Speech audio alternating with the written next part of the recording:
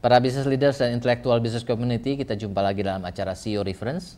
Kali ini kita akan membahas tentang satu topik yang menjadi topik pembicaraan hangat sekarang ini, yaitu ASEAN-China Free Trade. Dan banyak sekali pihak-pihak yang menganggap hal ini merupakan ancaman buat Indonesia. Banyak pengusaha yang meminta kepada pemerintah untuk menunda hal ini dan seterusnya.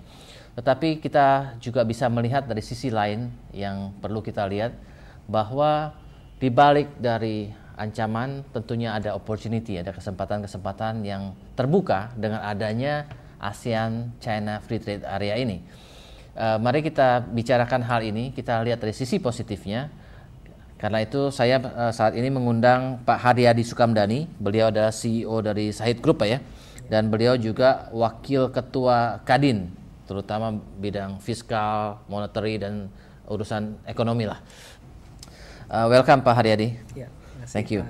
Dan selama pembicaraan kita, saya juga welcome all these business leaders and intellectual business community members untuk berpartisipasi, untuk bertanya ataupun memberikan pendapat.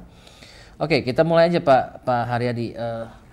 Kelihatannya isu AFTA, isu ASEAN-China Free Trade ini tiba-tiba muncul gitu ya. Apakah benar-benar tiba-tiba muncul atau sebelumnya sebenarnya sudah ada proses kita nggak memberikan perhatian? Kalau demikian, apa sih bedanya dengan tahun 2010 ini dengan sebelum-sebelumnya? Terima kasih Pak Bayu.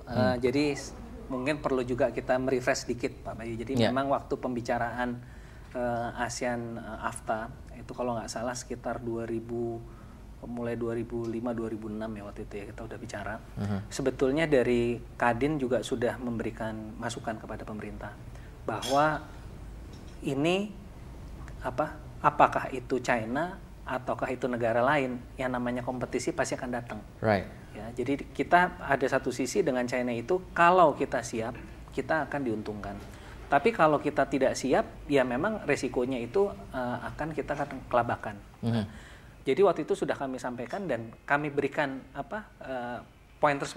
Jadi ini loh yang harus dilakukan. Misalnya contoh kayak listrik ya. Dari dulu kita diribut. Nih kalau misalnya kita mau pertumbuhan sekian persen, ada hitung-hitungannya bahwa suplai listrik itu juga harus mendukung. Betul. Lalu juga menyangkut mengenai masalah biaya perbankan.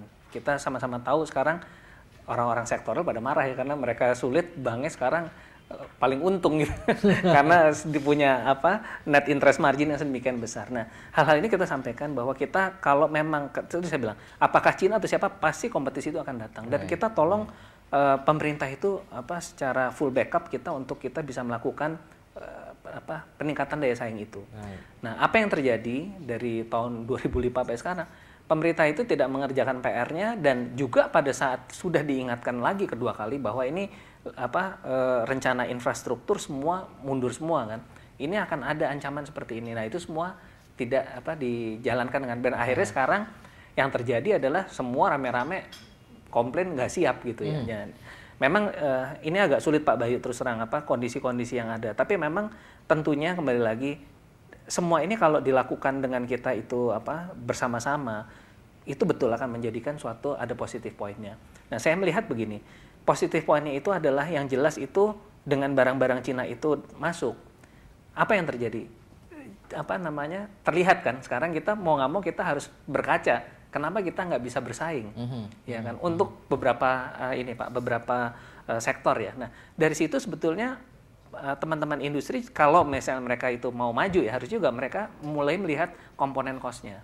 Nah, komponen cost-nya inilah yang juga nantinya menurut saya akan membuka pemerintah juga untuk mereka itu juga mesti melihat kenyataan yang ada, Pak. Sekarang ini kan seolah-olah pemerintah sama swasta sebetulnya ketua umum Kadin kemana-mana boleh sama presiden bahkan sekarang jadi menteri perindustrian. Tapi di bawahnya itu belum tentu tune in gitu loh, bahwa apa yang menjadi kita punya pandangan itu sama dengan pandangan pemerintah. Nah, saya lihat sisi positifnya ini akan terjadi suatu perubahan mentalitas juga, bahwa ini kalau pemerintah juga nggak berubah, udah ini karena menurut saya juga agak sulit ya untuk merenegosiasikan ini kan juga suatu problem karena ini ASEAN loh ya, bukan hanya bilateral, tapi ini adalah ASEAN, jadi ada satu masalah juga. Nah, itu satu, jadi saya lihat pasti akan terjadi koreksi besar-besaran terhadap struktur cost kalau kita betul-betul mau berkompetisi, Pak ya.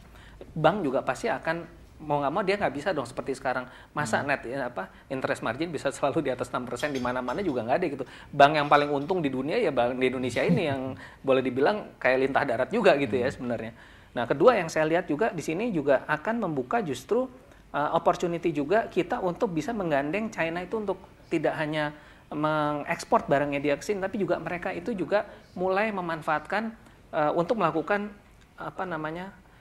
investasi baru di Indonesia. Itu juga saya akan melihat potensi itu ada.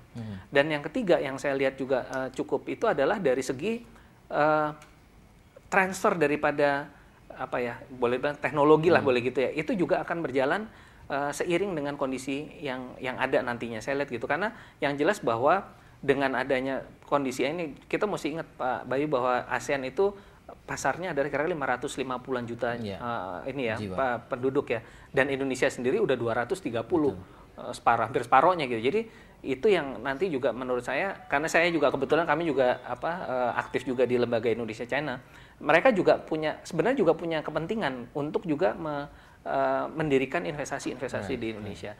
Jadi itu Pak, jadi saya lihat ada satu positif point juga. Jadi memang kita juga jangan selalu pesimis juga ya. Nah, itu saya bilang dari awal dulu kita udah bilang mau Cina, mau Vietnam dulu contohnya Vietnam dulu kita sama Vietnam mereka belajar bikin kopi dari kita. Sekarang kopinya dia jauh lebih maju dan bisa lebih kompetitif harganya. Kira-kira gitu Pak Bayu. Para business leaders intellectual business community kita harus break sebentar karena ada komersial yang akan lewat.